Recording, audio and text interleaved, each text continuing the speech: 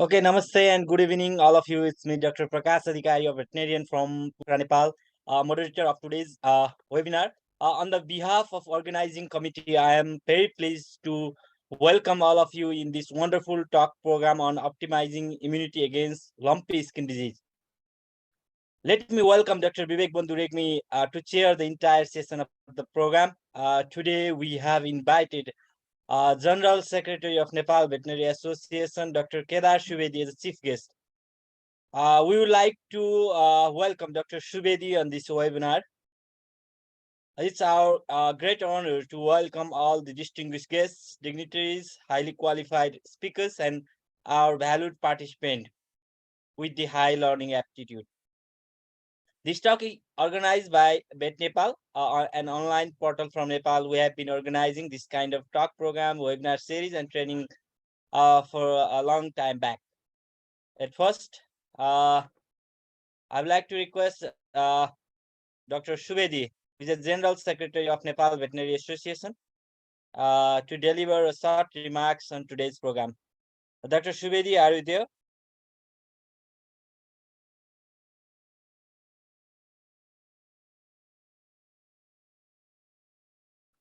Dr. Vivek?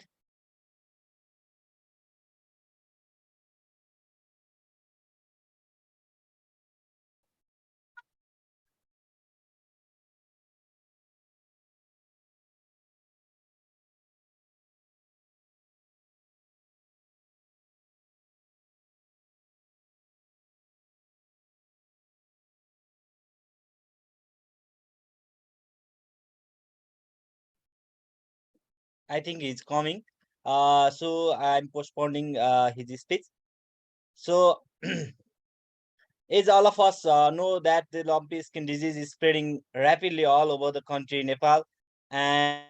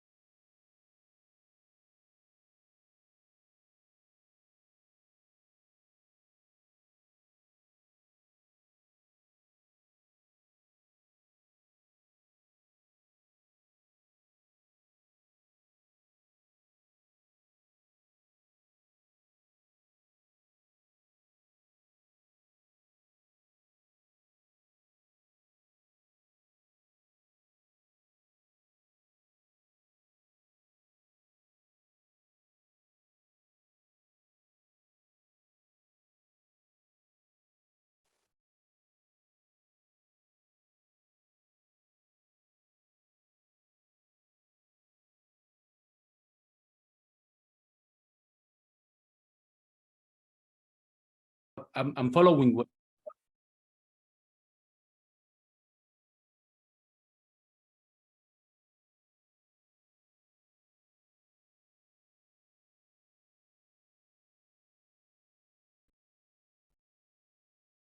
excellent example of public-private partnership in Nepal that I wish that it will nourish and kind of like taken under consideration by other countries.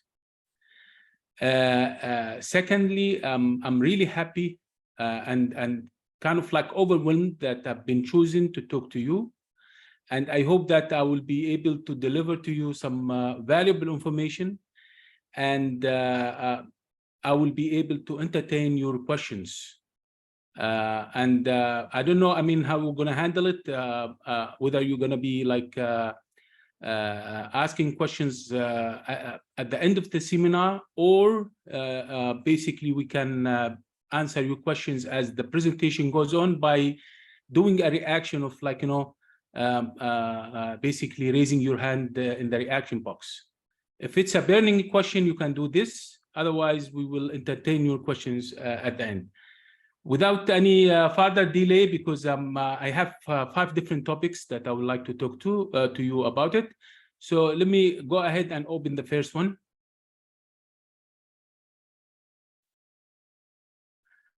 Yes, I'm not able to share, my friend. You have to give me the permission to share my files. Huh? Hello? Okay, sir, I am giving co-host for you. Yes, please. Okay.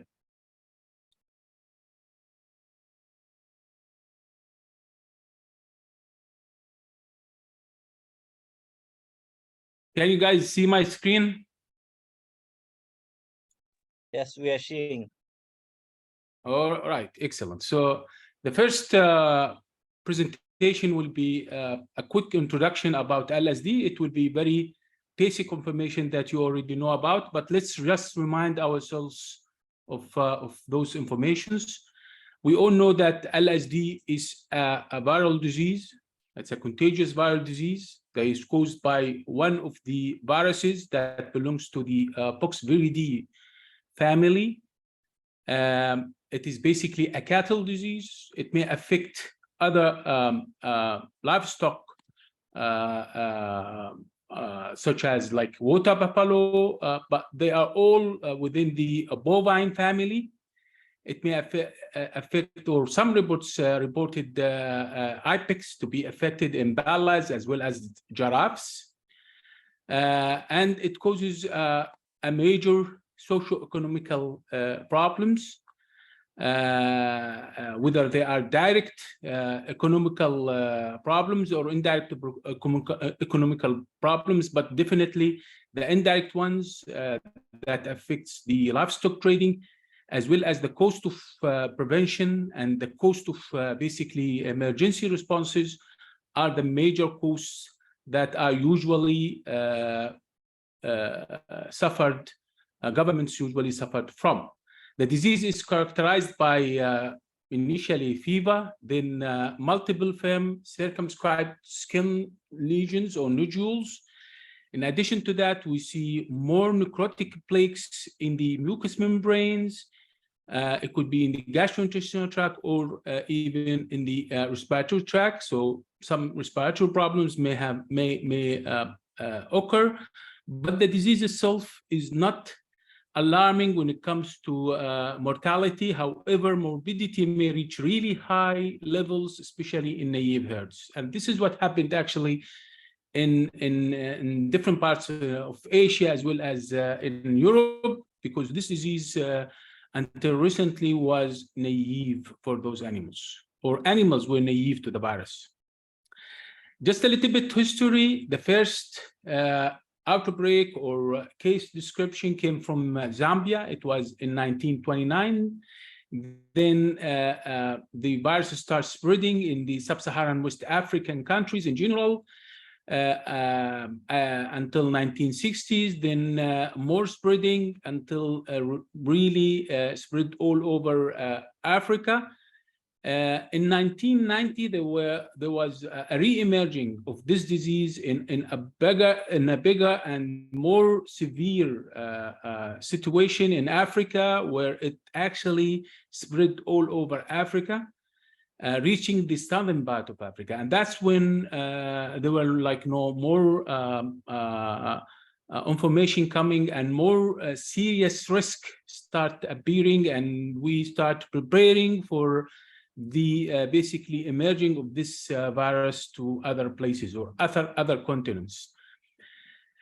The virus, as I said, is a cattle disease, but it can affect giraffe, it can affect impala, and it can affect some other large ruminants from the wilderness. However, the role of wildlife in the outbreak preservation and maintenance of the infection is not really well understood or well investigated.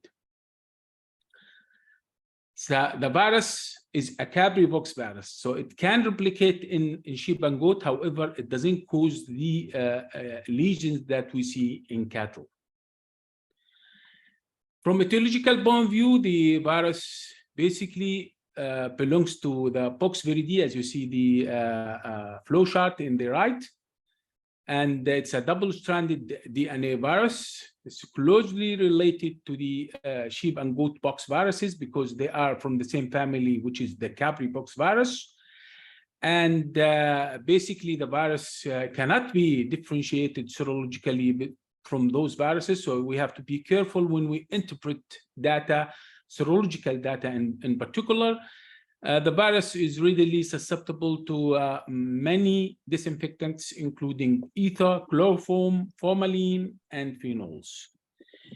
It can survive in the dried crusts for up to basically 35 days. So it could stay in the environment for 35 days, even after the animal is basically survived.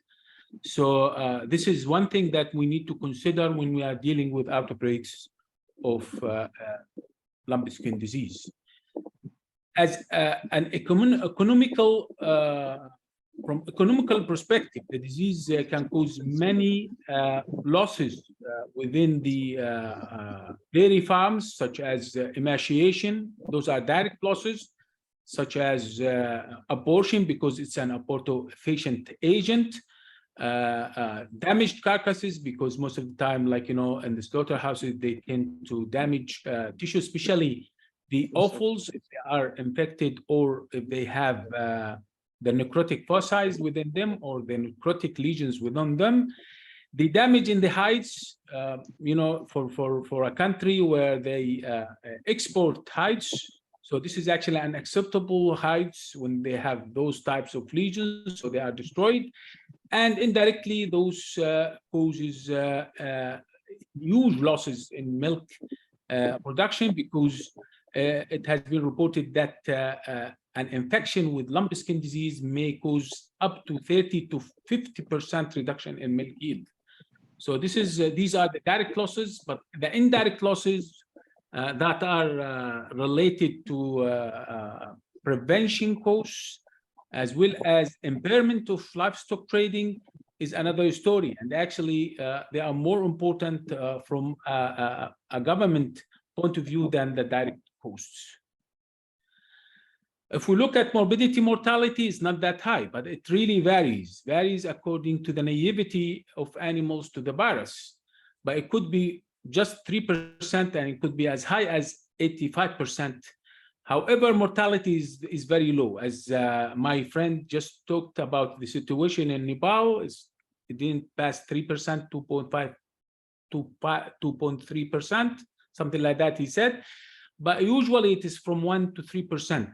In certain outbreaks, more actually were reported. And they were saying that in some outbreaks that I've read, the mortality reached 85%, but I'm not sure if there were co-infection along with those numbers or not. But what we know from epidemiological point of view and from risk factor point of view, that young animals are more susceptible. As you see, young animals, cows that are less than 1 year, they are more susceptible than any other category or age categories, okay?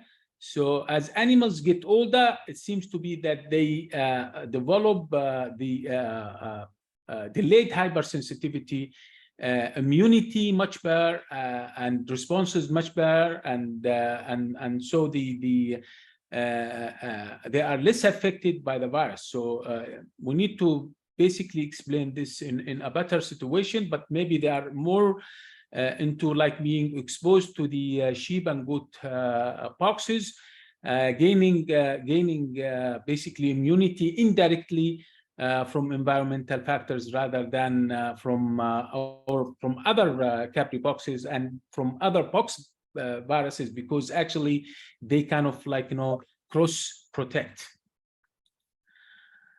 When we look at transmission, we see that we have the primary route of transmission and the secondary or the minor route of transmission. But the primary one is through biting insects, and we are talking here mainly about mosquitoes, but other biting insects are as well important, like stomachs and other insects. Even the houseflies, if they bite, they can transmit the virus. But so far, the transmission of insects to the virus is mechanical. There was a study that suggested maybe there is a kind of like biological transmission along with the mechanical one, but really they needed more studies, and they needed to confirm such a fact more. The other route is by direct contact, either with the skin lesions, cows, they come close to each other, or through saliva, nasal discharges, sometimes due to milk. Semen has been suggested as one basically method of transmission, but yet studies has to be done there. Dryness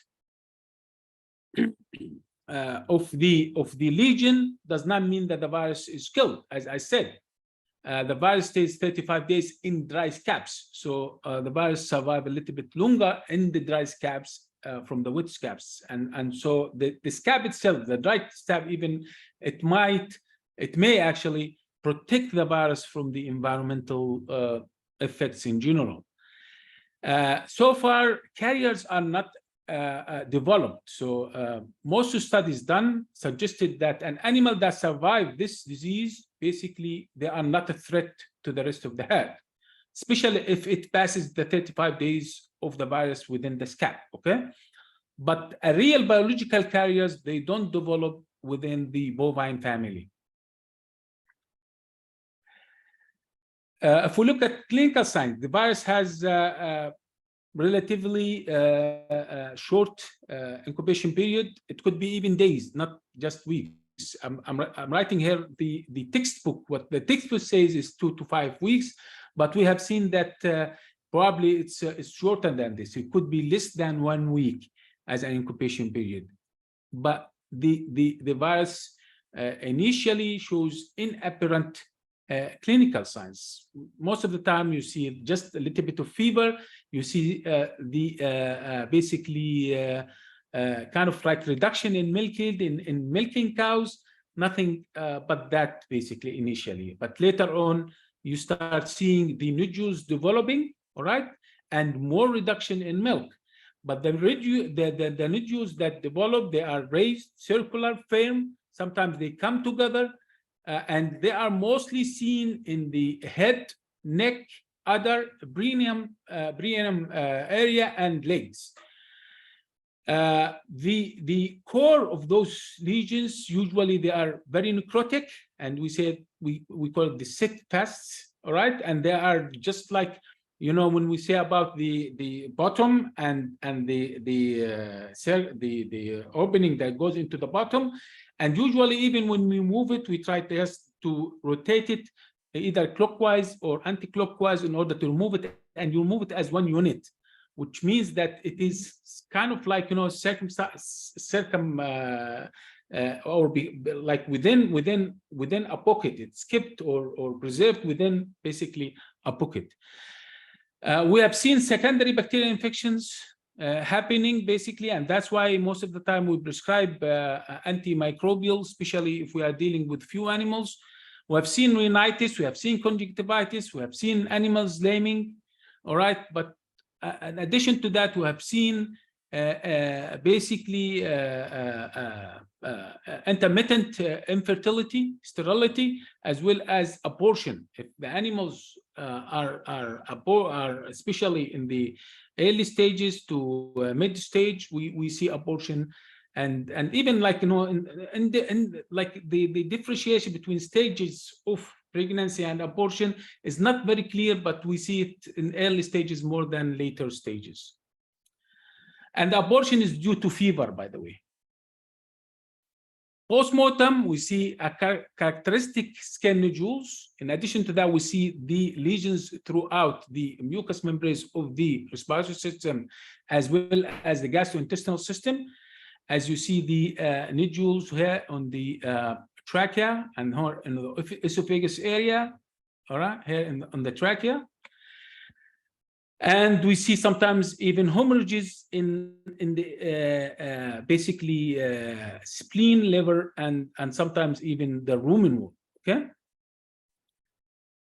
we need to differentiate it with other diseases, because actually it has some diseases, they do similar clinical signs, but if you are experienced with lumpy skin disease, you can easily differentiate it by the appearance of the nodule and the capacity of the nodule, as I said, to be kind of like placed in or settled within a demarcated area, basically, and the way it is moving and the way it's taken out is characteristic to this particular nodules. But the pseudolumpy skin disease is one of the most one that you need to take care of. The hypoderma bovis infestations, the bovine herpes mammallitis virus is again one of the problems.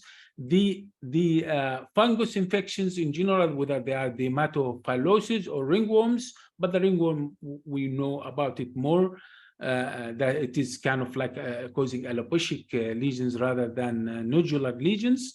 Insect bites, probably urticaria due to any kind of photosensitization or sensitization due to the pasture that animals basically sitting on or eating from, bovine papular stomatitis, and the cutaneous tuberculosis that is not as actually familiar or as predominant as the other types of tuberculosis.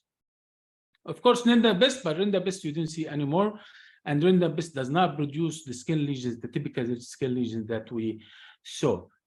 To diagnose, usually we have to pay attention to the clinical signs, especially the nodules, because, as I said, those are most of the time characteristic. When you practice, when you practice your eyes to these nodules, you can miss them. But sometimes we need the laboratory help, of course. The best is to go for virus isolation if you have the capacity to do that, or actually most laboratories now, they can do PCR. This is the way to go, basically. If you have electron microscope, it's even better to characterize and understand more the virus. But serology, it can help if you don't have pox virus, sheep pox, goat pox within your country, then it is helpful. Otherwise, it is not that helpful because they cross-react, unless your herds are totally separated from sheep and goat.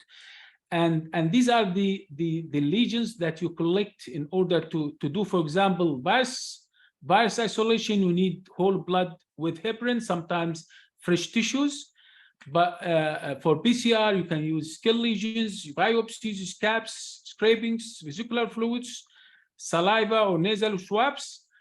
For serum, you need, of course, to collect blood and to isolate the serum in order to do serology. This is the recommendation of the OIE manual or the WHO manual regarding diagnosis method, or how laboratory diagnostics related to LSD. As you see, we have methods to detect immunity, which are important after vaccination, and methods to detect the agent. The best method to detect the agent from practical point of view is PCR, as you see. And for detection of immune response, the best method is the VNT. ELISA, yes, they correspond to VNT, but VNT has been recognized as being the best method. And actually, we have modified this VNT along with Bear Bright. Now they are doing partial VNT, which is much better and give better results and make us understand the immunity responses better than when we are evaluating the efficacy of vaccines produced against LSD. We will talk more about control, but in general, if the country is endemic and become endemic, then the way to go is vaccination, and to control insects, apply biosecurity measures. That's all what you can do. In non-endemic areas, the most important thing is to do the restrictions. The biosecurity, by the way, consists of three main pillars: restrictions, including the transportation issues, entry to the farm, bringing new animals, and so on. The second one is cleaning, and the third one is disinfection. However, this is not really possible in certain areas, especially if it's very costly and if the country can't afford all these kind of costs that are incurred by doing the biosecurity measures along with the depopulation. So far, by the way, in all the countries that were hit, in all of them, I'm saying, they practiced vaccination. So even they combined vaccination with depopulation. Probably this is the best way to go if you are not endemic. But if you are endemic, then vaccination and monitoring the vaccination, then withdrawing from vaccination gradually is the best way to go. We will discuss this later, probably after half hour or so. All right. So what should I do, my friend? Should we receive 2 questions for this presentation before we proceed, or should I proceed for the second presentation? What do you recommend, guys? Hello? Okay, Professor. As there is no questions in the chat box, and after that we have question.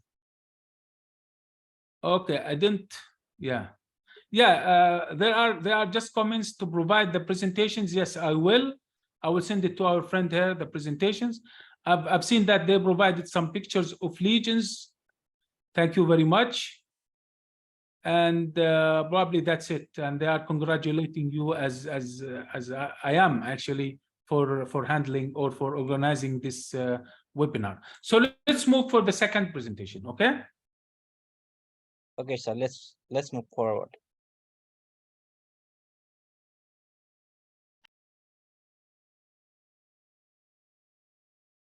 Can you see my presentation, guys?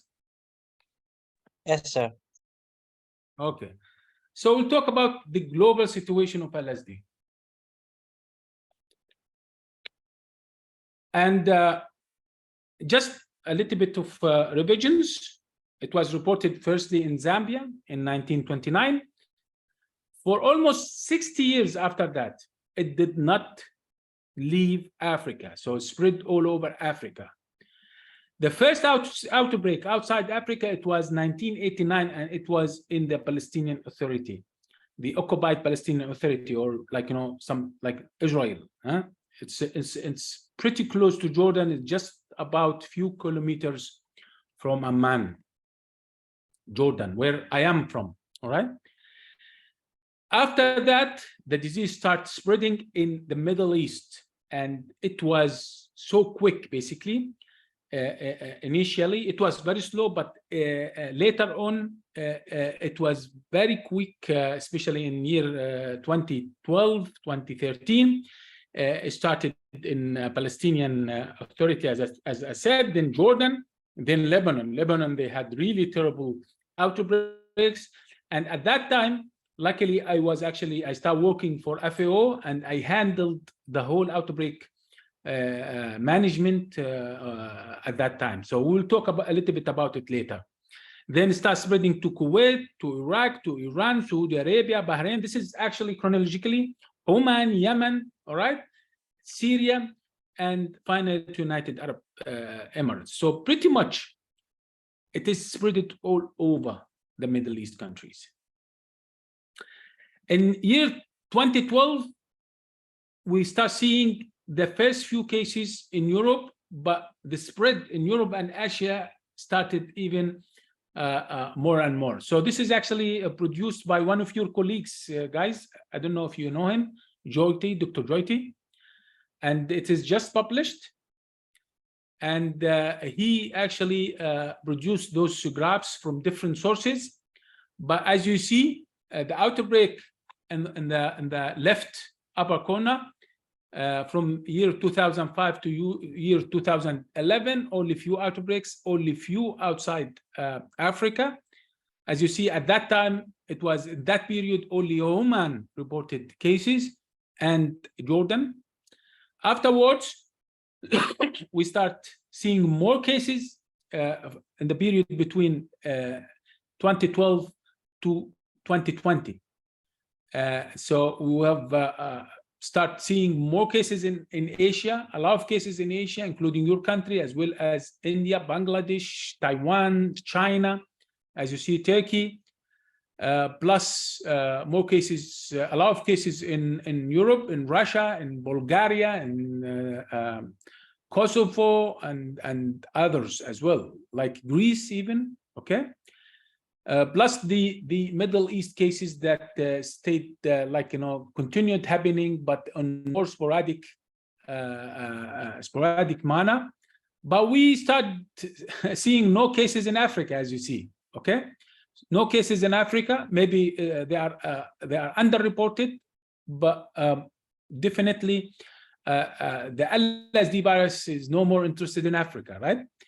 But the map, the bigger map here, shows the different epidemiological structure, or the different distribution, epidemiological distribution of LSD virus since 1929. Okay, so we see that only few countries are free. All right, so mainly Australia and New Zealand and all the islands here, and the Americas, right? And Western Europe, pretty much. But nobody actually risk-free. This is what I'm saying, because it's still spreading and it's still changing in structure. We're going to talk about a new strain that is happening in Europe. So far, outbreaks during the last 15 years, and this is again from your friend Jyoti, from your colleague Jyoti, in Asia, during the last 15 years, there were like about 462 outbreaks reported. In Europe, a lot more. There were about 2,265, and in Africa, 391. So Africa reported the least number of outbreaks, basically. In Asia, the lion's share was to Israel, 260 outbreak, all right? And that was in mostly in year 2012. In Europe, there were about 469 outbreak, all right?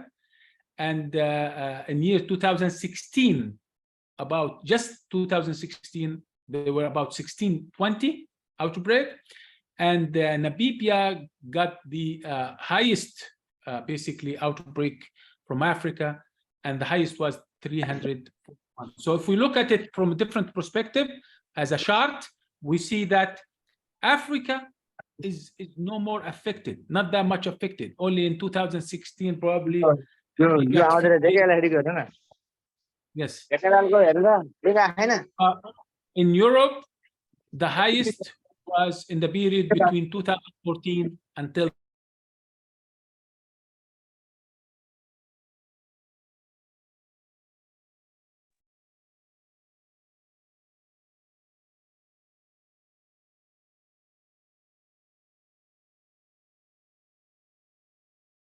Professor, are you hearing okay. me?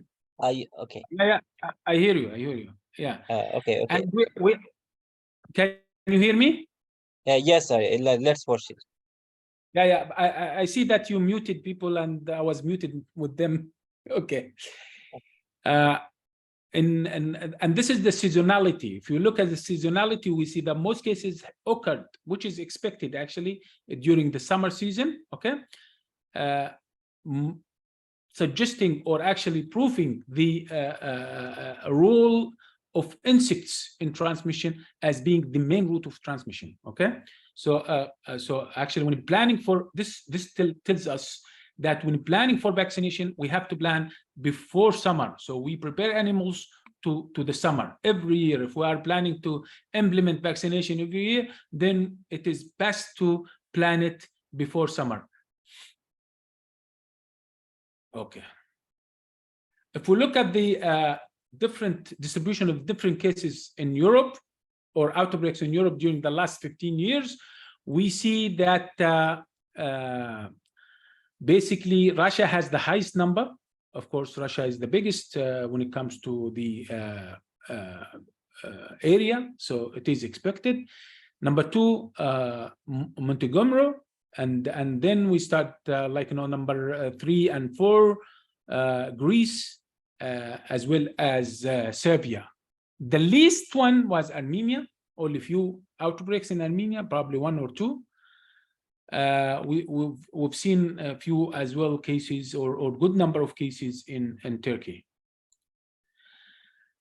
So this is actually how it's happening. This is how it's happening. But the problem now is not just the regular LSD virus that we are familiar with. The problem now in Europe, we are dealing with a new virus. And pretty much now the scientific community, they call it the recombinant LSD virus strain. I'm going to tell you why they called it the recombinant. So the recombinant was reported in certain areas, actually first time in Russia, but then we've seen it in other places. So first it was in year 2017, and it was reported in Russia and in a city called Saratov. Okay, and basically they found out that it is actually distinct from the LSDV that we see, but it is closer to the vaccine strains, whether it's from neatling type or from sheep or goat poxes. So, but just a few years after, they've noticed that from the period between 2019 to 2020, they have reported too many cases of this recombinant virus, all right, in many countries, basically.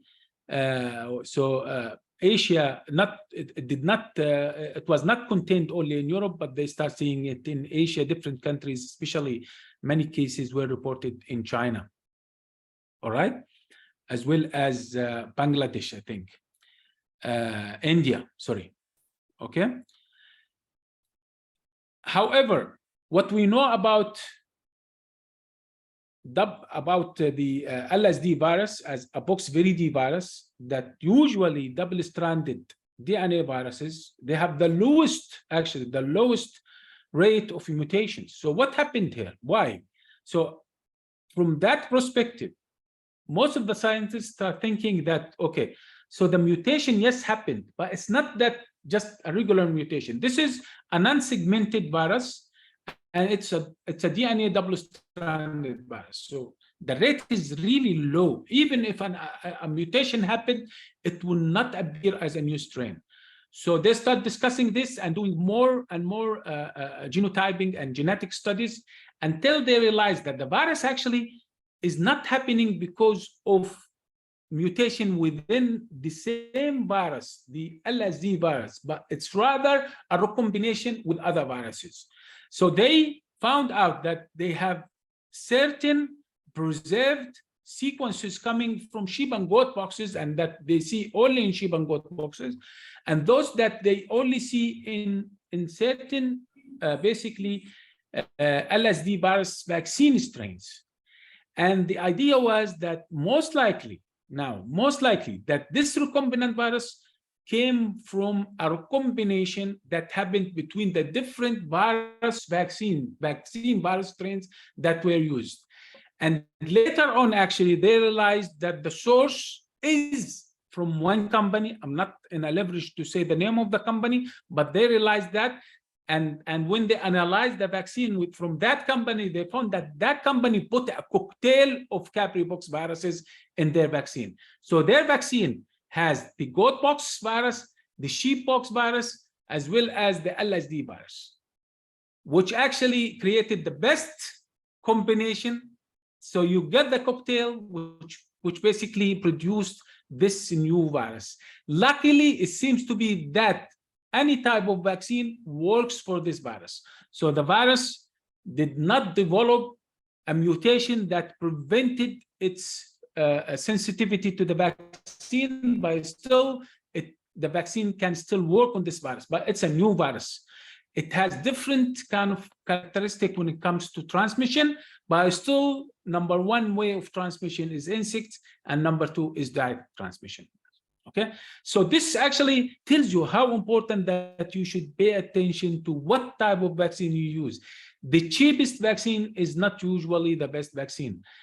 It could be effective, but on the long run, it could create a really catastrophic problem in a country, especially if there are no infra or no capacity to handle such a new, basically, virus that may appear. So this is actually published by the reference laboratory in Belgium, where they have reported the recombinant LSD strain in Asia, and they believe it's vaccine spillover of natural emergence.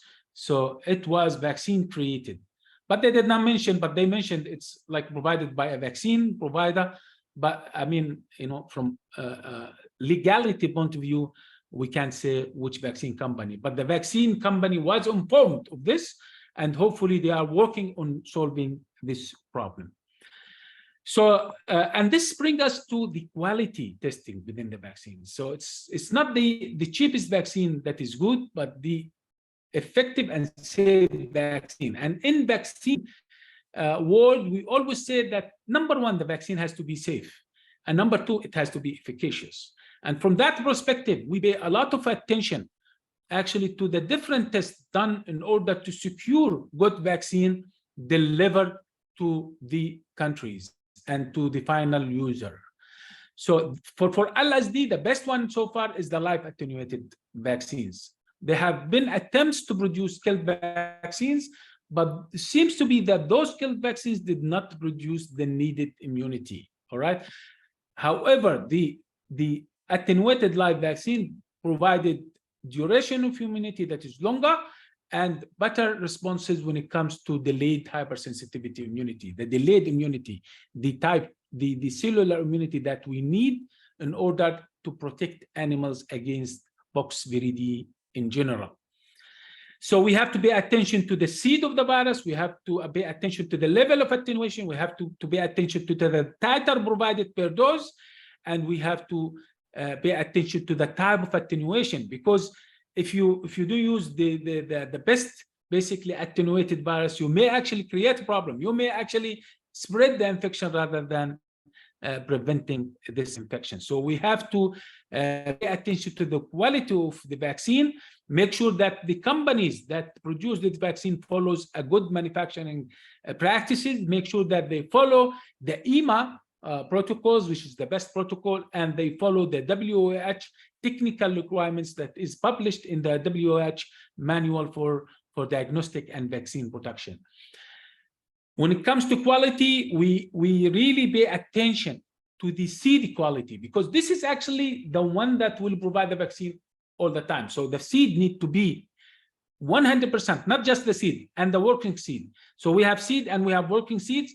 They need to be along with the cell line where they are produced to be free from any extraneous viruses, mycoplasma, other bacteria, fungus, protozoa, or rickettsia, because those vaccines are provided, not killed. So we don't add any materials to kill other viruses or mycoplasma or fungus. So from the beginning, from the production point, we pay a lot of attention that this vaccine is free from those actions. So every batch produced is tested, but initially we test the seed itself. The vaccine seed virus must be characterized using molecular techniques. So usually we send the virus to reference laboratory to do full genome sequence. Make sure that you know the history of the seed that you are using, the passage number and other documentation, and the source, the origin. And during manufacturing, we pay a lot of attention to throughout the manufacturing to the contamination that could happen at the different critical control point in manufacturing, the titers and the purity. So what type of test we use? The batch produced, usually the first batch produced, second batch produced, this is where you do all the studies that are required by EMA for registration, such as safety in laboratory animals, safety in the final host, and those are multiple studies, because we do safety using the 1x dose, and we use safety when we actually double the dose, sometimes even go to 10x the dose, and we use it in the most susceptible animals, the young animals, okay, as well as pregnant animals, to make sure that it does not affect reproduction. And this includes efficacy study as well. We do DOI, duration of immunity, and stability and thermotolerance, and reverse to virulence. So this is the one that you use in order to register a vaccine. Once the vaccine is registered, every batch produced, they test potency, sterility, purity. Those are standard tests that usually done in reference laboratories. Most of the time, they do it inside the vaccine producers, but when it's requested, they send to the reference laboratories for testing. Thank you very much. Now, let me see if there are any information in the chat. Can a recovered animal be carrier? No, sir. I said so far studies suggested or observed, or actually the information provided to us, that once the animal is recovered, that animal is no more a risk, especially if 35 days passed from being infected. Can a recovered animal, once again, can a recovered animal be vaccinated? Yes, sir. Usually a recovered animal is protected at least for a year. So next year you can easily vaccinate it along with other animals. Even if you vaccinated earlier, nothing would happen, but actually it's not needed because it's already immune. Should buffaloes be vaccinated in endemic areas? Yes, it is recommended to vaccinate buffaloes. What about sheep and goat as LSD replicates? No, sheep and goat, you don't have to vaccinate sheep and goat with LSD virus. But if you have sheep and goat problems, then you have to use the specific vaccine for sheep and goat. So we have the sheep pox viruses, basically based vaccines, and we have the goat pox viruses, and we have one that is sheep and goat pox vaccine. So there's a strain that protect against both. How long does this disease affect the production? The disease usually affects production only during the course of the disease. So actually, from what we observed, that animals usually suffer only 1 week to 2 weeks. So actually, reproduction usually start recovering or coming back after 2 weeks from the initial nodule that you see on those animals. So in some place, goat have been like, yeah, but this is not LSD. If you see similar lesions in goats, then most likely this is the goat pox rather than capri pox, rather than LSD. They could react, they could show reaction, but it's not a typical LSD in goats. So which is the best option for vaccination? Homologous, heterologous? Actually, it depends on the country. And if you don't have sheep and goat pox, and if you want to be safe, I would go for a vaccine that provide efficient protection plus less side effects. So we have been using neatling as well as the Gorgon goat pox vaccine, and we have been getting excellent results with the Gorgon actually. So the Gorgon is the best way to go if you already have goat pox and sheep pox in your country. In countries where sheep and goat pox basically not reported, probably they can go for neatling, but they need to be careful of the side effects. Could you describe more about neatling reaction? Neatling, yeah, we'll talk about neatling reaction later.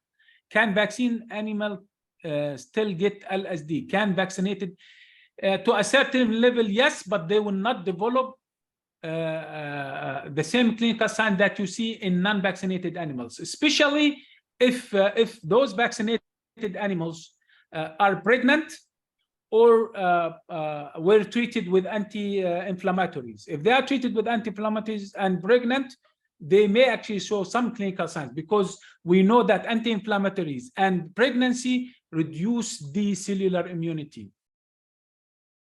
Which vaccine is the best for LSD? As I told you, it depends from from country to country.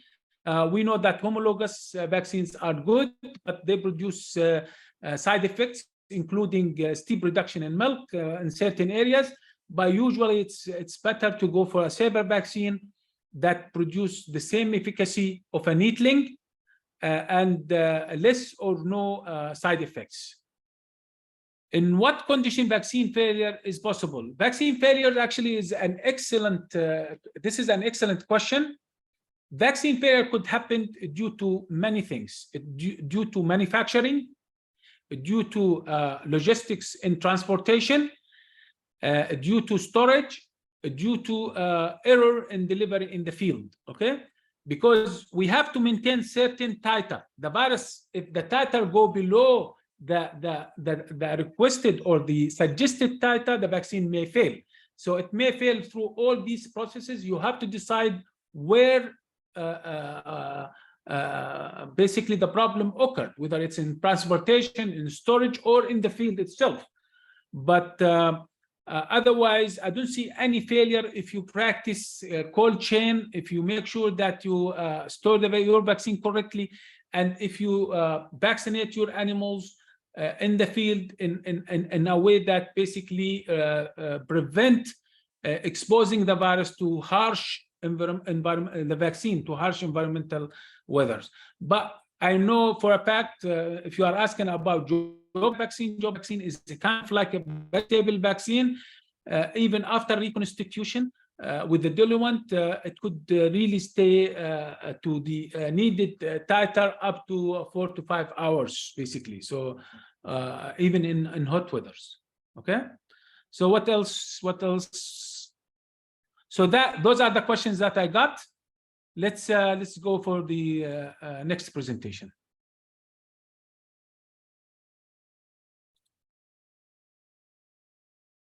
Okay. So management, LSD, management of an outbreak, and actually management of sick animals as well. This is very important. We'll be talking again as emergency preparedness, but why we investigate an outbreak? We investigate an outbreak actually to understand what's happening, the source of the infection, how to prevent further animals from getting the infection, how to keep the infection within a certain area and prevent spreading, to provide guide into what is the best practice to control the infection, and to understand the pattern of the disease, to gain knowledge about risks and how this basically was introduced, this outbreak was introduced, and to get informations dispersed to stakeholders in order to be prepared for next. And the method we do outbreak investigation by paying attention to 5 major questions, starts with W and one with H. What species are affected? What age groups are affected? When did the outbreak started? When did the outbreak spread to other farms? Where did the outbreak started? Where are the other farms and villages? Why did the outbreak occur? What went wrong? And how did the disease agent come into the farm, and how did the outbreak behave? So in order to answer these questions, we start collecting information, but we have to understand that any disease linked to 3 different entities. So in order for a disease to happen, you need the cow, the animal, to be prepared to get the virus and produce the disease. Here, the cow, the environment, we need the hot weather, we need as well the humidity that basically preferred by the insects that will transmit the disease, and you need the virus. The virus needs to be alive, to be in a form of a wild virus, and to have all the virulent genes within its intact in order to cause the disease.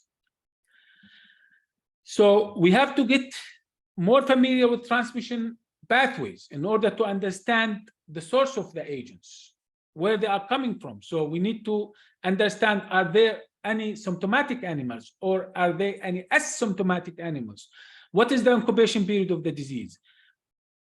Are we expecting a recovery and relapse or not? How many animal species are involved? Only one animal species occur. What is the rule in the environment? How are we gonna exit from this outbreak. So we have to think about it early. And after determining the mode of transmission, we have to determine the port of entry. And in order to understand this for FMD, we have the long way and the shorter way, okay? And we have two different methods. We have the vector transmission and non-vector transmission. Well, the vector transmission, we know that vector is the animal, the virus is transmitted to the vector carried it to an animal. It could spread to other places by being carried by imported animals or through different basically inanimate methods. The non-vector transmission has to be with direct contact or sometimes with our equipment. When we vaccinate animals, when we basically take samples, all these considered rest, and we have the intrauterine, as I said, which is actually suggested. So both actually come together in order to produce the transmission pathway. We have to produce the epidemic curve. Epidemic curves are important in order to know basically the first index case, which is the first case when it happened. Because if you really can detect the index case, then you can have a lesser impact of the infection in your country. So in this case, you have to have a very good early warning system in place where you are identifying the risk gaps, you are mapping the risks, you are mapping the hotspots within your country, and then you are establishing a monitoring system by sampling animals in regular basis.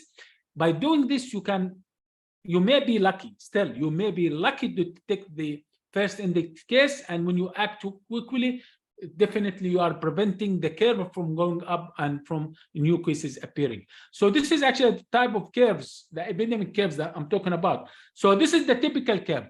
Most likely this is the index case. There will be slight propagation, then reduction, and then there will be more cases appearing quickly, and slowly the numbers start reducing.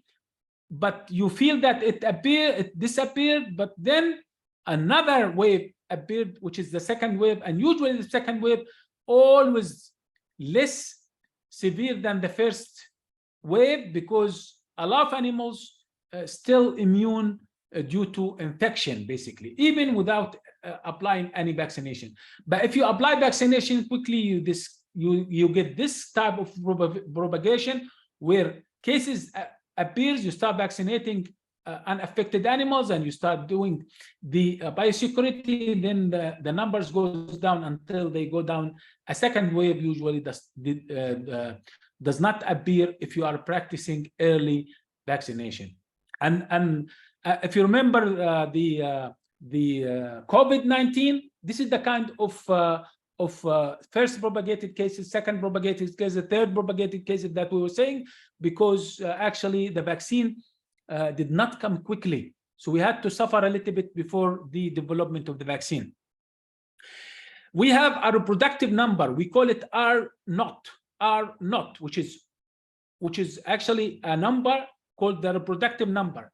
A reproductive number, it means, like, when you have an animal with LSD, how many animals can be infected? Is it 1 animal, 2 animals, 3 animals, 4 animals? This is R naught. And when R naught is lower, then actually you are getting more handled, more manageable outbreaks. When R naught are higher, then actually you get the propagated ones. So if R naught, for example, 1, so 1, 1, 1, 1, then it's easier to monitor, it's easier to spot, and easier to practice. When R naught is like 5, for example, each 5 will have another 5, each 5 will have another 5, then you get the propagated problem. And the idea is, for R naught, we would like R naught here to be as much close to 0 as possible. And this is actually, in the real, when there's no outbreak, R is equal R naught, which is good. The propagated, when you have increasing cases, number of cases, this is where R naught most of the time more than 1. Actually, it's much more than 1. Usually R5, are not more than 5, are not more than 7. Initially, if you remember, with COVID-19, R naught was more than 7, which is actually caused the quick spread of the virus. You know, R naught for FMD is how much? R naught for FMD is 10 to 15. That's why it's the most highly contagious virus known so far in livestock. And you reach the peak when R naught equal 1. So when it is more than 1, the numbers start disappearing because you are practicing vaccination, you are protecting more animals, animals are protected for other factors, and you are preventing actually healthy animals from interacting with sick animals until R naught reach 1. And this is where you reach the plateau. After that, R naught start reducing, declining, and this is where R naught is less than 1 until it goes back to R naught 0 or 0, basically. So the steps that we use for outbreak investigation start by preparation, then verification of the outbreak, then implementation of emergency controls, taking samples, sending those samples to the laboratories, getting more data. But in all steps, you have to communicate with the stakeholders. Make sure that the stakeholders, whether it's the government, whether it's other government bodies, or whether it is the basically private sector, farm owners, they need to be actually updated of the situation so they can act accordingly. All right. The most important ratios that we usually produce is attack rate, which is the number of cases, usually new cases, over the number of individuals at risk. And another rate which is very important to produce is the recovery rate, which is the number of recovered animals over the total affected. So these two numbers, those two ratios will provide information where it is going, the outbreak is going, whether you are recovering or whether you are in the more, you are expecting more cases in the future. So you are basically acting accordingly. You are sending information to the government in order to act, to buy vaccines, to apply more vaccination campaigns, to increase the rhythm of vaccination, to apply more restrictions, and so on. All right. Should we vaccinate cows with clinical signs? This is a question that we usually asked. If a cow is showing clinical signs, should I vaccinate it? No, there's no need to vaccinate a cow with basically clinical signs, because that cow actually, most likely it will live, it will be naturally vaccinated. Okay, so there's no need to lose the money that you're going to spend on that animal by giving the vaccine. Actually, sometimes the vaccine may kind of like show some kind of clinical signs, but it's due to the vaccine. If you are using the goat box vaccine, which is the Lumpy shield, which is the Gorgon strain, you can vaccinate infected cows without any problems, but then the only loss is the cost of the vaccine. Okay, so there is no actually evidence that vaccination of pre-clinically infected or subclinically infected animals would lead to severe disease. So, but you have to be careful that the problems usually associated with side effects or vaccine reactions rather than infection. Okay. However, you should pay attention that when you vaccinate, to use different needles between animals, because the needle itself, if you are vaccinating a pre-clinically infected animals or infected animal, then definitely you are actually spreading like you are a mosquito. Your gun, your needle will act as a mosquito and will basically spread the virus from one animal to another. Can we vaccinate LSD with other vaccines? Can we give the LSD vaccine with other vaccines? I see no problem. Actually, if you like, as a rule, generally, you can combine killed vaccine with live vaccine, and don't combine two live vaccines together. So it's not recommended to combine, for example, LSD vaccine with the blue tongue vaccine if they are both they are attenuated. But if they are not attenuated, yes, you can vaccinate FMD along with LSD. We have no problem. There's no reports of failure of vaccination due to combination of the two vaccines together. But you don't combine in the same syringe, because FMD actually has materials that will kill LSD. So you give one on the left neck and the other one on the under the subcutaneous in the left side, and the other one on the left side. This is actually the most recommended practice. Should we practice any treatments? Yes. Usually, if the problem is so huge, so many animals, we don't do this because this will incur more problems. But if your farm is like, you know, only closed farm, you have only few cows, you can manage treatment, then it is recommended to use supportive treatment. What kind of supportive treatment? Wound care sprays that has some kind of mosquito repellents. So they just like, because if you have flies and so on, they will come to the wound and they will cause problems and disturbance, nuisance to the animal. Antibiotics to prevent secondary bacterial infection. It is better to use actually topical antibiotics rather than parenteral antibiotics. Anti-inflammatories may be used, and painkillers, and IV fluids, but it's not really practical to use IV fluids, okay? What biosecurity measures that should be taken? We have to do risk assessment. So each farm will have different practices than others.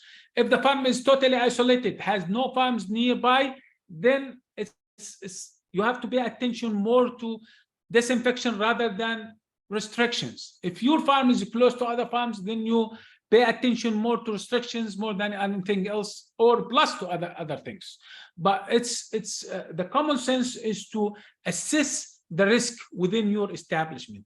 Risk of transmission, risk of population, and practices that you use for insect control, using, for example, the insect pest management or the integrated pest management, biocontainment and bioexclusion should be paid really, or actually should be practiced as much as you can. Usually biocontainment and bioexclusion does not need infrastructure. It's just the practices, okay? What type of disinfectants works for this virus? As I said, ether, we mentioned, chloroform, formalin, 1% is very effective. Others like phenols, Vercon S that we use for FMD is effective. Iodine compounds are effective. Sodium hypochlorite, which is very, very cheap, is effective. And quaternary ammonium compounds, they are effective at 0.5%. Those informations are provided here. And again, as I said, I will provide you with those presentations. Excuse me. Are there any questions? Let me see the chat room quickly.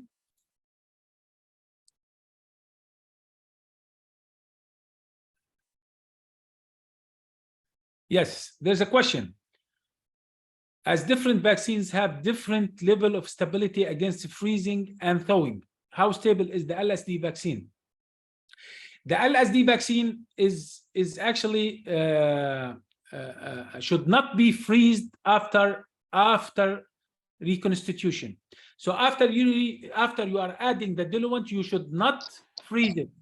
You can only freeze the pellet, the dried virus, but not the reconstituted virus. Reconstituted virus freezing will kill the virus. Okay, is it understood?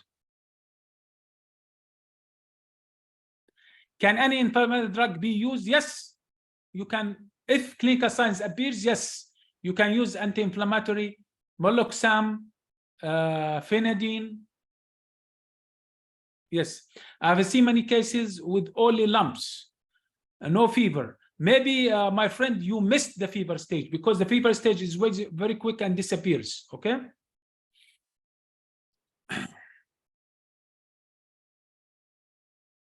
And as I said, some animals, they show steep reduction in milk, and some they don't. But in general, the virus cause noticeable reduction in milk. Okay. So those are the questions. Let's move to the next presentation. How many minutes I have, my friend?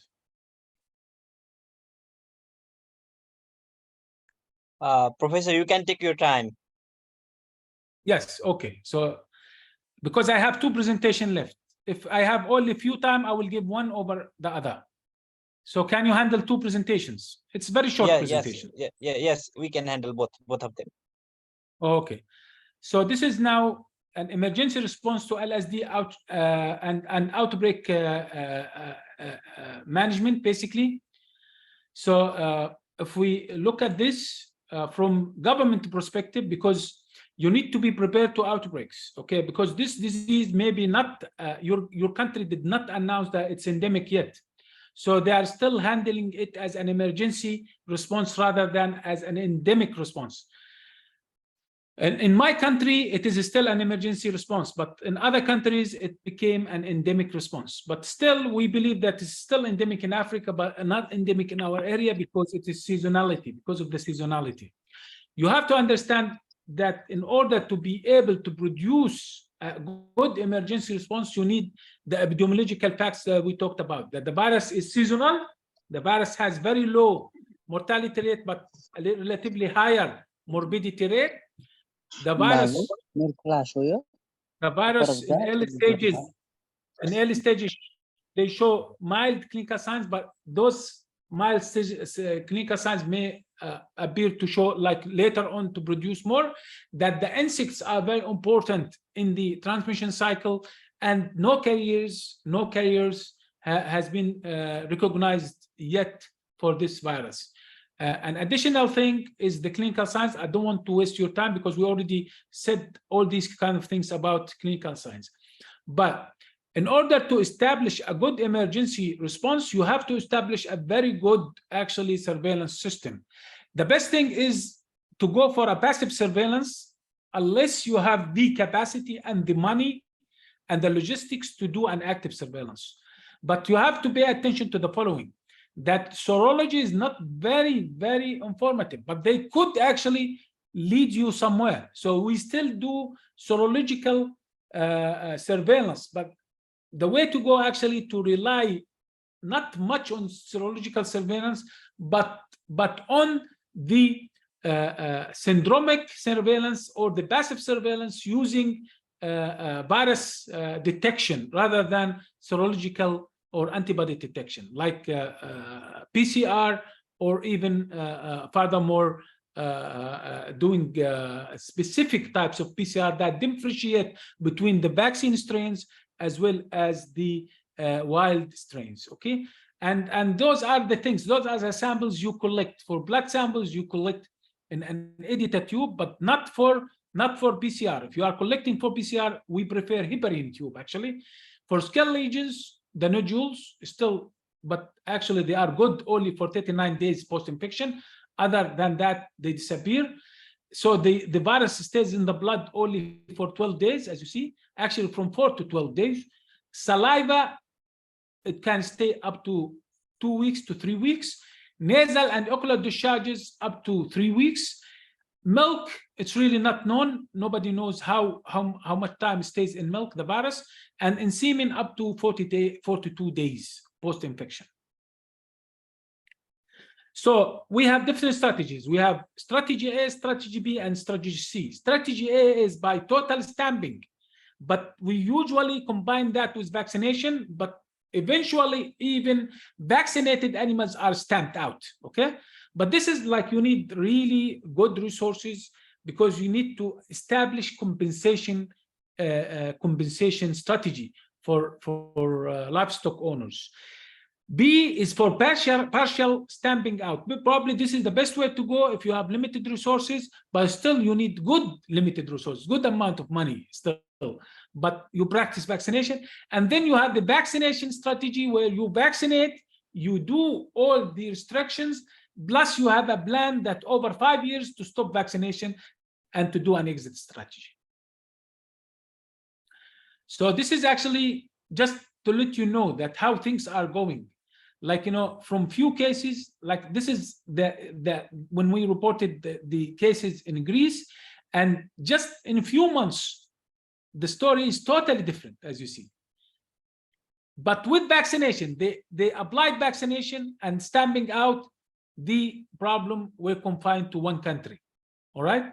And they are establishing the same in that country. And that's why since 2020, 2019, actually, we start seeing less and less cases in Europe. Not a single country has succeeded without using vaccination. So without vaccination, you really can't control this disease. So the vaccine is effective, and it seems to be very effective, actually. And all types of vaccines, whether it's heterologous or homologous, it has shown certain level of protection. So all the live vaccines are effective. All the live vaccines so far showed efficacy. All right. And it's whether you are your country can tolerate the use of a vaccine that produce some kind of side effects or vaccinal reactions.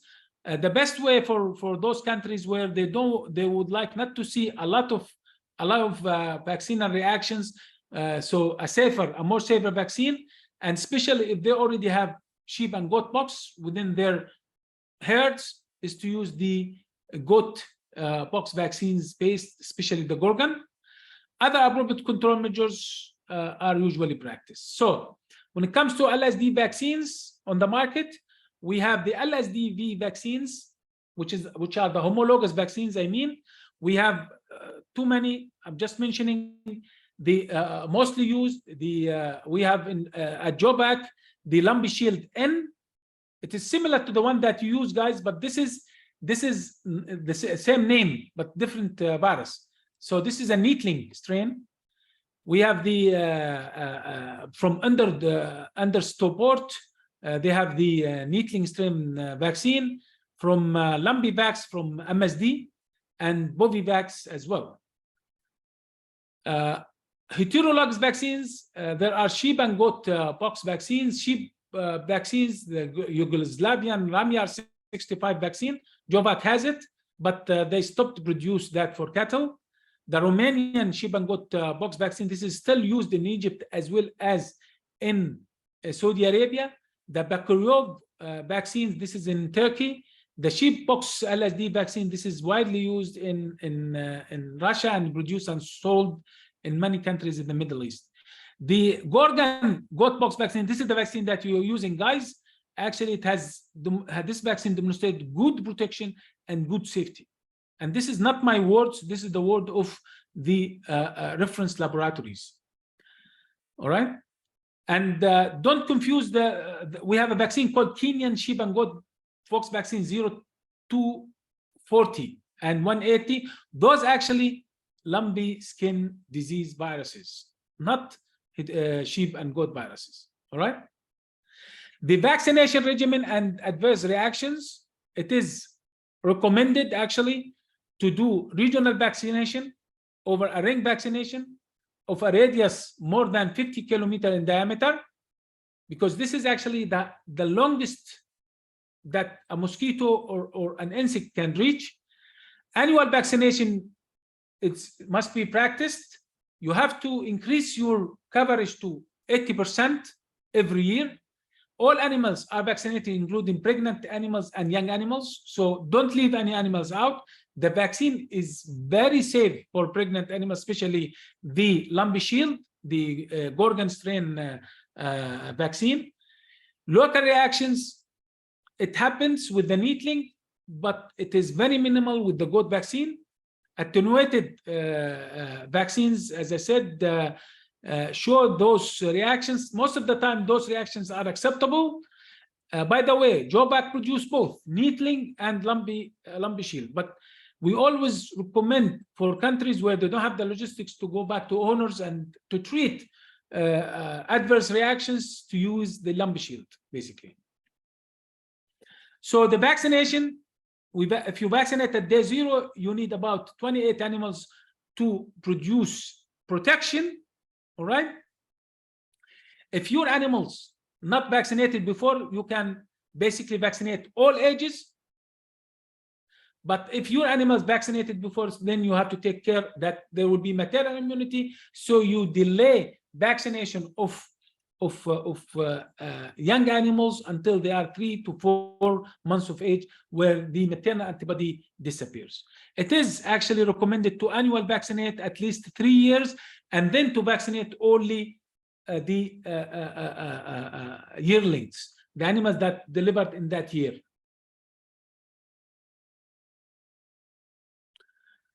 So it is very important to plan ahead by doing all the calculations, by estimating the losses and taking into consideration consequences, by preparing to the outbreak, by finalizing tenders, by having the vaccine ready, especially if you are hearing that the virus is coming to your neighbors. Make sure that you always keep an emergency stock of the vaccine. All right, make sure to vaccinate before basically the spread. If you see a case, then you decide on the radius and you start vaccinating even before seeing any clinical signs. So these are the practices.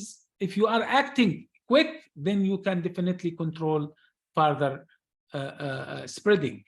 We usually recommend in FAO the good emergency management practice for transparent animal diseases in general, and we apply that for even lumpy skin disease. It's an ongoing process that consists of preparation, detection, responding, prevention, and recover. So it's a well understood. It used to be this is a military actually process. The GIMP is a military process that they used it during war, but we adapted to diseases.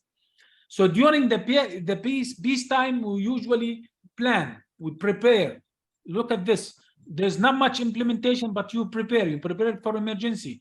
You train people, you produce manuals, okay? You train people, and you have the different command structure within your operation, whether this is the, for example, the ministerial office, this is the department and the municipalities, and those are the people that work in the field, including the private sector.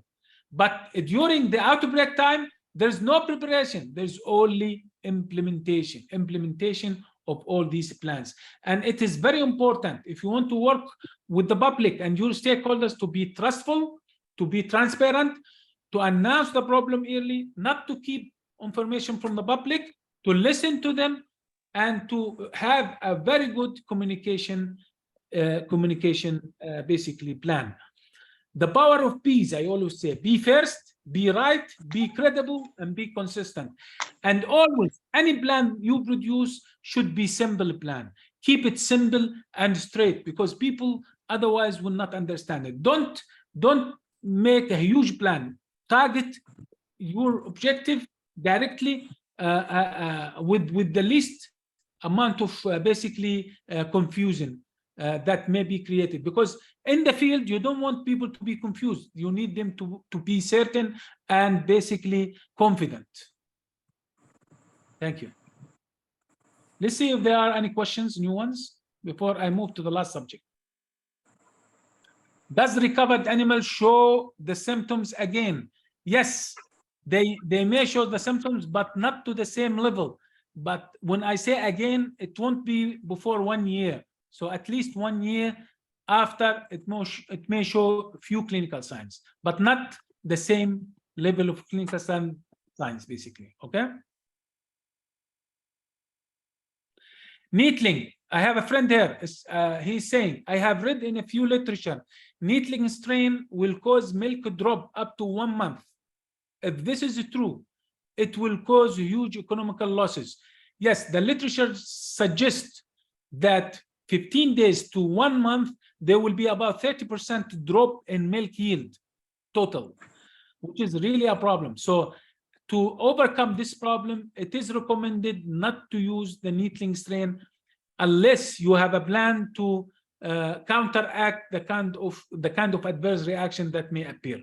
So you are guys doing the good choice by using the Lumpy Shield rather than the Lumpy Shield N or other needling strains. Although the needling strain actually of Jovac produce some kind of side effects, milk production reduction, but not to the level of 30%.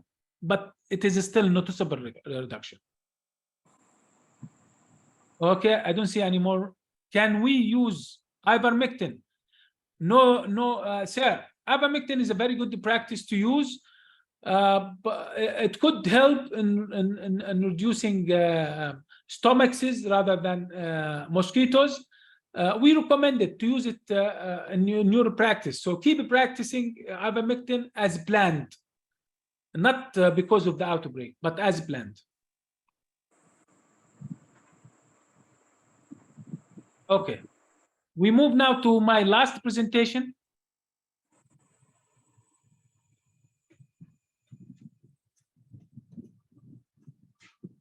Which is the LSD vaccine options. And I'm going to talk about the experience with Lumpy Shield in the region.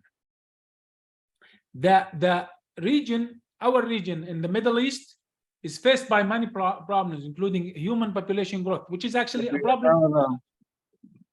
This is for the whole world, not just for the Middle East. Demand of food source, climate change, poor animal health delivery systems, political sometimes issues that prevent adequate delivery of animal health services. Endemicity of other viruses like FMD, PPR, Rift Valley fever, brucellosis. Those are all may affect actually the response to LSD vaccine. And pretty much we always suffer limited logistics. Sometimes you can't find a car to send with people to vaccinate. Sometimes you can't find a cooler, a cold box, actually. So most of the time in certain areas, you see really very limited logistics. So I don't want to reply again. We already talked about this distribution worldwide, okay? And we already discussed it, but it's in a different way. You see that most cases actually now is occurring in Europe than any other place. So if you look at the Middle East, guys, during the last 10 years, we reported about 750 cases. 95% of those cases were in the period between 2012 to 2014. You see that all countries reported cases, all right? So pretty much we are all in the same bucket when it comes to LSD. So what kind of options we have? It's either the homologous vaccine, which is actually either neatling strain or the Kenyan sheep and goat pox. Okay, then we have the heterologous vaccine based on goat pox, and we have here the famous Gorgon strain, which has shown to be very effective as well as very safe. And we have the sheeppox Ramyar 65 or the Romanian strain that is used in other places in the region. Let me show you the Middle East. The Middle East, different countries use different strains. By the way, all these countries, they receive their vaccine from Jovac.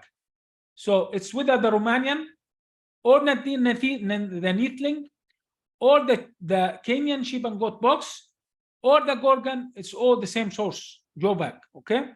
Because this is the market of Jovac. This is actually the main market, the Middle East as well as Africa and South Asia, East and South Asia. So as you are saying that some countries, they use neatling, sometimes some countries, they use the two types of vaccines at the same extent. Sometimes some countries, they use more the sheeppox than the neatling, okay?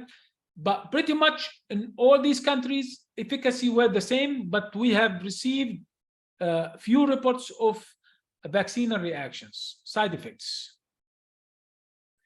I already told you about this, but this is something you need to keep in mind. A vaccine should be safe. So the most important thing of the vaccine job is to be safe.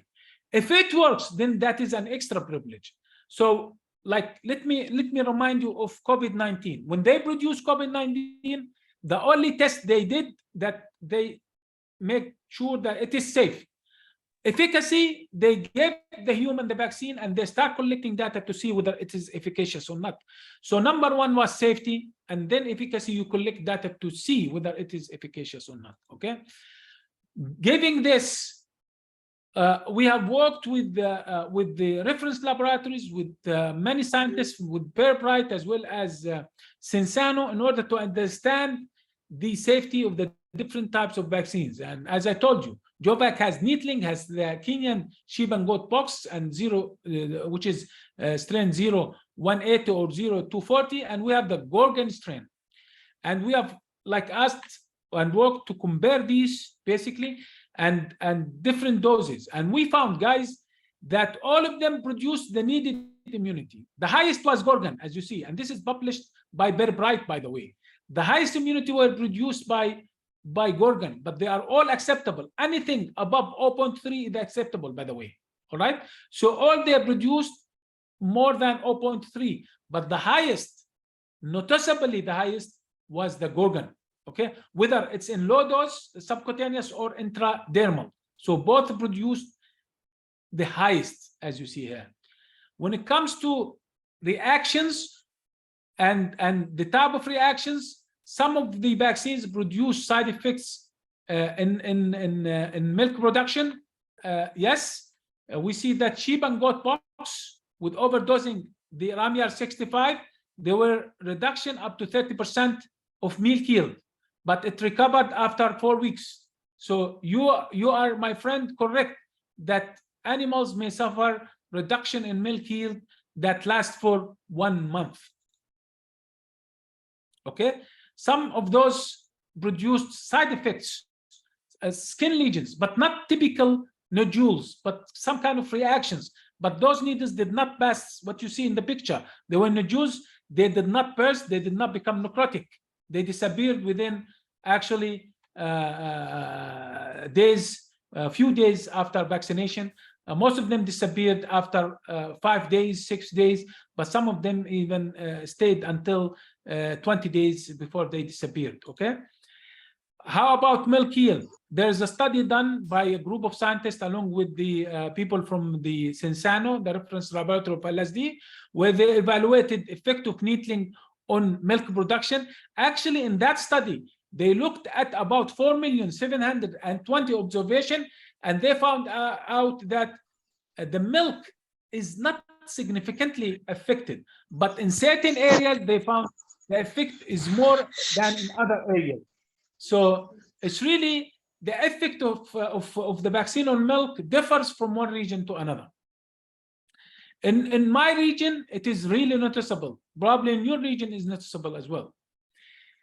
In this regard, I was asked by Jovac to do an efficacy and safety study, field study for their Gorgon vaccine, and we did it actually with one of the graduate student. Her name is Shuruq Faware, and with a colleague of mine called Samiha Boutarbush, and we did this study, 2 studies: controlled study, case control study, and another randomized control study, which is the field study. And in this study, we used about 50 animals. 40 were vaccinated with the recommended dose, and 10 were kept as control. We just vaccinated with a diluent. We collected the blood at different times, okay? And we collected information like temperatures during the first 7 days. For the field study, we did it on pregnant animals, all right? About 160 cows, and we followed about 20 cows. Basically, we collected blood to see immunity, and we collected information about milk yield. All right. So let's look at Richter temperatures, because Richter temperatures will tell you the story about the generalized reactions. We noticed that with Gorgon, there were no difference in all animals' Richter temperatures. Body temperatures were within the normal, so they ranged from 38.5. The highest was about 39.5. So none of them showed any feveric reactions. When we looked at the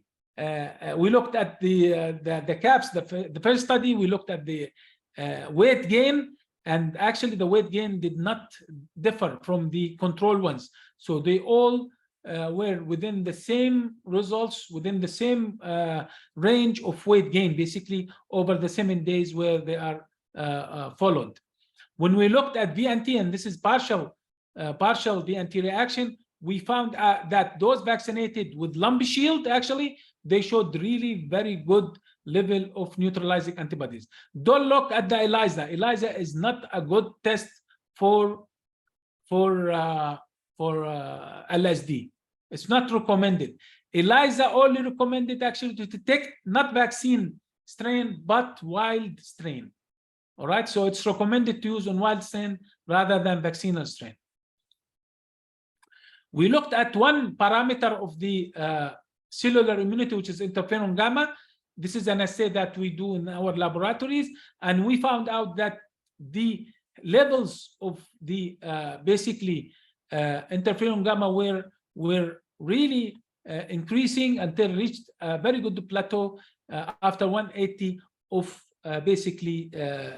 days post-infection, post-vaccination. But even the immunity were more than enough at 21-day post vaccination. So this suggests that the onset of immunity is 21 days for Lumpy Shield, and we did not follow, but actually the duration of immunity is more than 180. Definitely, it's much more than that. All right. So this is the temperatures for the field safety. Again, we did not see any feveric reactions with these animals. As for milk yield, we only noticed after vaccination very unnoticeable, insignificant reduction, but they were all actually within the same range. So we did not notice any change in milk production after vaccination with Gorgon strain. Okay.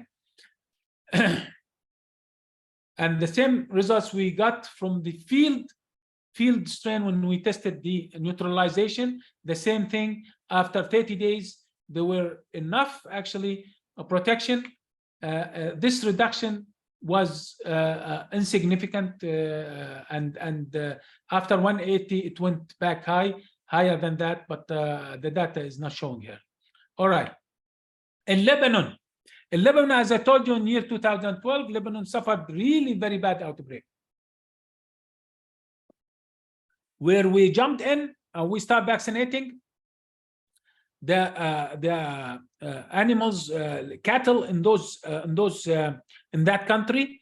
Those are the different states in that country, and this is the population size in that country. It's not a huge population.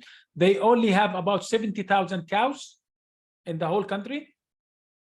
So we used this Lumpy Shield, and what we did, we simply with FAO trained people to become our vaccinators, and we delivered different types of vaccines. We delivered FMD from FAO. I was actually with FAO at that time. With PPR, these are the doses of FAO and PPR, and LSD we provided about 150,000 doses from actually the project, and from the government they bought about 110 doses, and this is used over 2 years basically, because actually they vaccinated even the imported animals. So this is the vaccination campaign that we did, and the training of the people. We have trained livestock owners, their family members, their kids, even their wives and daughters to deliver the vaccination, and they were able really to do excellent coverage of those vaccines that reached in certain areas above 80%. Actually, for certain areas it was more than 90%. But in some areas, because of the political situation, and because at that time ISIS was very active in those areas, we were not able to deliver. For example, in Ash-Shamal area, we were not able to deliver the vaccination in a good coverage. So the coverage did not exceed the 60%, but overall all of them were above 80%. As I told you, they were 80, 95, 93 in certain areas. And what we have noticed from reportation to the center of of those outbreaks, that in Ash-Shamal the number of reported outbreaks were much higher than in the other areas where more than 80% coverage reached. So for you guys, this is the percentage that you need to target. you need to vaccinate at least 80% of your livestock, of your cattle holdings, in order to basically secure or reduce number of outbreaks per year. And this is what we did on VNT. We collected samples from those in that study, and we have again noticed that all of them, they showed immunity. All right, Shamal showed a little bit less than that, but actually the overall response was very high. By the way, we don't pay much attention to the antibody immunity, but we pay more to cellular immunity. So the reduction in antibodies that started is of no significance, given that the cellular immunity is high. So the conclusion was that the Ghostpox vaccine Gorgon strain was effective. It did not produce any problems. Even from logistic point of view, it was very, very efficient strain. All right. And that building the CAHOS was very important to deliver the logistics. And one thing that I've noticed during a workshop that was implemented last year in Dubai, our friend Shohan, he presented the results of Lumpy Shield in Bangladesh, and the numbers, and his study is published already. You can go and see his publication, but it was really fantastic results that JOVAC now included in that study included in the registration file of Lumpy Shield of JOVAC. With this, I thank you very much. This is my home town. Basically, this is a castle in my home city. And you can reach me, because I'm an FAO now. You can reach me either on this email or on this email. And of course, I will provide these presentations so you can have those emails with you guys. Thank you very much. I've finished like the presentation that I have. Let me look at the chat room if there are any new questions. This is about the condition, okay? What line of treatment do you recommend for reducing the swelling of foot? Yeah, the swelling of foot, basically, what we recommend is the use of anti-inflammatory, my friend. Anti-inflammatory, and if there are any lesions, you can use some antibiotics. That's all what you can do at this point. Yes, there are no more questions. Okay. Thank you, sir, for your wonderful presentation and sharing your experience with us. I think there are no more questions, so we are out of time. Thank you, Professor Mohammed, again for your valuable time and support. We are overwhelmed over to you. And thank you so much again. So today we have invited Dr. Subedi, Dr. Kedar Subedi, who is the General Secretary of Nepal Veterinary Association. So I'd like to welcome Dr. Subedi, and before closing the program, I would like to request Dr. Subedi to deliver a short remark on today's program. Thank you, Prakashi. Hello, thank you. Listening? Yes. Yes. Thank you.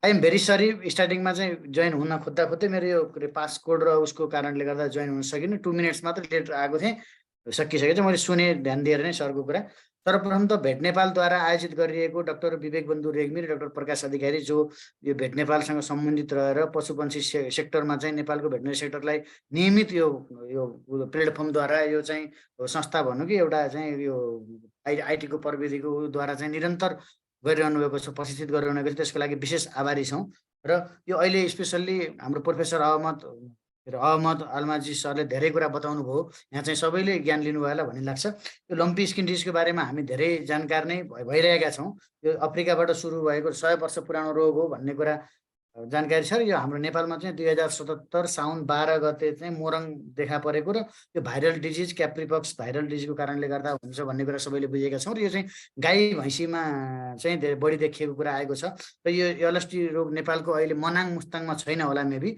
यो बाहेक 75 जिल्लामा नै देखिएको कुरा हामी जानकार छौं र यो अहिले चाहिँ हामीले एउटा सर्वेक्षण अनुसार चाहिँ 5 लाख भन्दा बढी पशु वस्तु चाहिँ इन्फेक्टेड भइसकेको नेपालमा र करिब 20,000 भन्दा बढी चाहिँ एक्सपायर भइसकेको कुरा चाहिँ जानकार छौँ। र सरले मेरो एउटा अध्ययनले चाहिँ मैले अगाडि हेरेँ, सरको सुने, त्यसमा चाहिँ मृत्युदर लगभग नेपालको चाहिँ 4% छ भन्ने आएको थियो। सरको प्रेजेन्टेसनमा चाहिँ 1 to 3% छ वर्ल्ड वाइड होला सरको हिसाबले चाहिँ। र त्यसै गरी यो बिरामी दर चाहिँ मोर्बिडिटी चाहिँ 45% चाहिँ देखिएको कुरा आएको छ। त्यस्तै यसले गर्दा मुख्यतया दुध उत्पादनमा चाहिँ अत्यन्त असर, जस्तै अहिले हलो जोत्ने क्रममा जोत्ने बेला छ, गोरुको प्रयोग गर्ने, यसमा चाहिँ असर पर्ने देखिन्छ। र यो मैले धेरै कुरा आइसकेका छन्, अरू साथीहरू पनि आत्तिनु भएको छ। मैले अन्तिममा चाहिँ के भने यसले चाहिँ किसान, यो कारणले गर्दा किसानहरू धेरै मर्कामा परेका छन् र राष्ट्रव्यापी रूपमा अर्थतन्त्रमा नि यसले ठुलो असर पर्दैछ।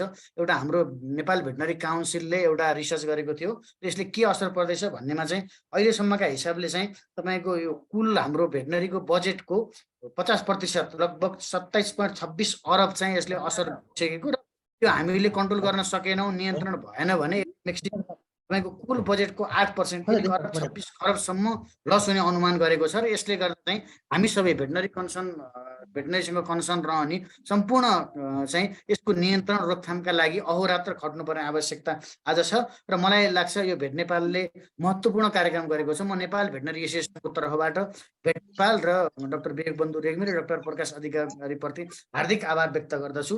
मलाई आशा र विश्वास छ यहाँ धेरै भेटनरी डाक्टर साथीहरू हुनुहुन्छ, भेटनरीहरू हुनुहुन्छ, यहाँहरूले यहाँबाट धेरै महत्त्वपूर्ण प्रेजेन्टेसन गर्नुभएको छ सरले। म आफै पनि यसलाई राम्रोसित थोरै सुरुमा चाहिँ जोइन हुन सकिनँ, बिचमा चाहिँ आएर सुने, म आफै पनि नलेज लिन्छु यसबाट। अझै पनि हजुरहरूबाट मिल्यो भने सफ्टवेयर पनि लिएर म अध्ययन गर्छु। विशेष गरी डाक्टर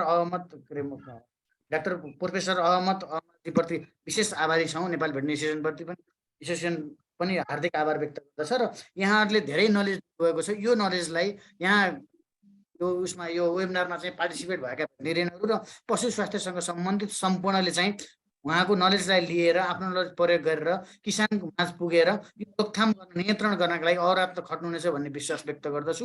फेरि पनि नेपाल भेटनरी एसोसिएसन, भेट नेपाल, डाक्टर प्रकाश अधिकारी, विवेक रेग्मीजीप्रति विशेष आभारी छौँ। र हाम्रो नेपाल भेटनरी एसोसिएसनको यस्ता कुराहरूमा सधैँ साथ रहने प्रतिबद्धता व्यक्त गर्दछु।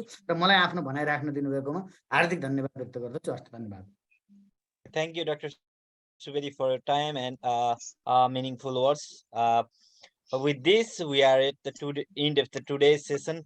At last but not least, I would like to request Chairman of the session, Dr. Vivek Bandhu Regmi, for closing remark and vote of thanks.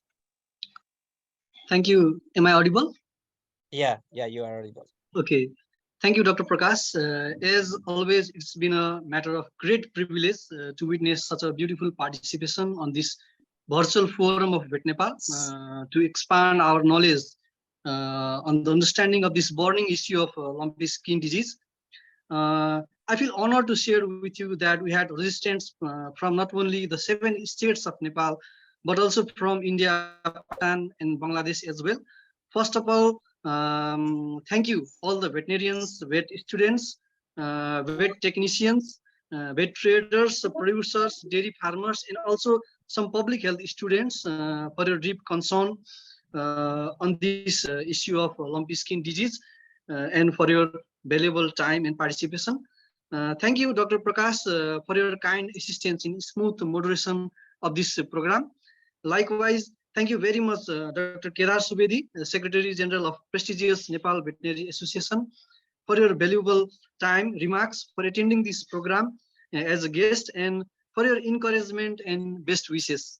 And I hope this webinar has been able to put much light on the issue of lumpy skin disease, to raise the understanding about this disease, and more importantly, to know the strategy to optimize the immunity of dairy animals against lumpy skin disease.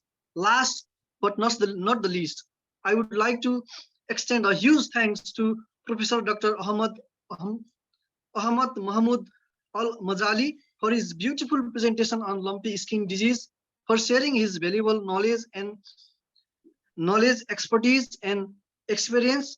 Thank you very much, Professor, for your valuable time. We look forward to cooperating with you in future as well for similar novel purposes. With this, the webinar ends today. Once again, thank you all. Yes, if you allow me, thank you very much. I thank all our colleagues. First of all, I thank you on behalf of everybody, Vet Nepal, for taking the lead Dr. Prakash, everybody for basically being here. I know it's a weekend, so you are taking part of your weekend to basically come back to work. So we are taking you away from your family. So this is actually, if it's a witness, it is a witness of your careness and love with your country. So thank you again, and I hope that we will have more such informative webinars, as well as in the future, near future, hopefully we'll have face-to-face basically workshops. Thank you very much. Thank you. Sure, Dr. Saab. Thank you. Thank Okay, you for your Can we encouragement. show picture? Can we show faces in order for a picture? Yeah, Take sure, a picture. sure. I would like to request everybody to please turn on their video so that we can take picture. Yeah. Yeah. Thank you.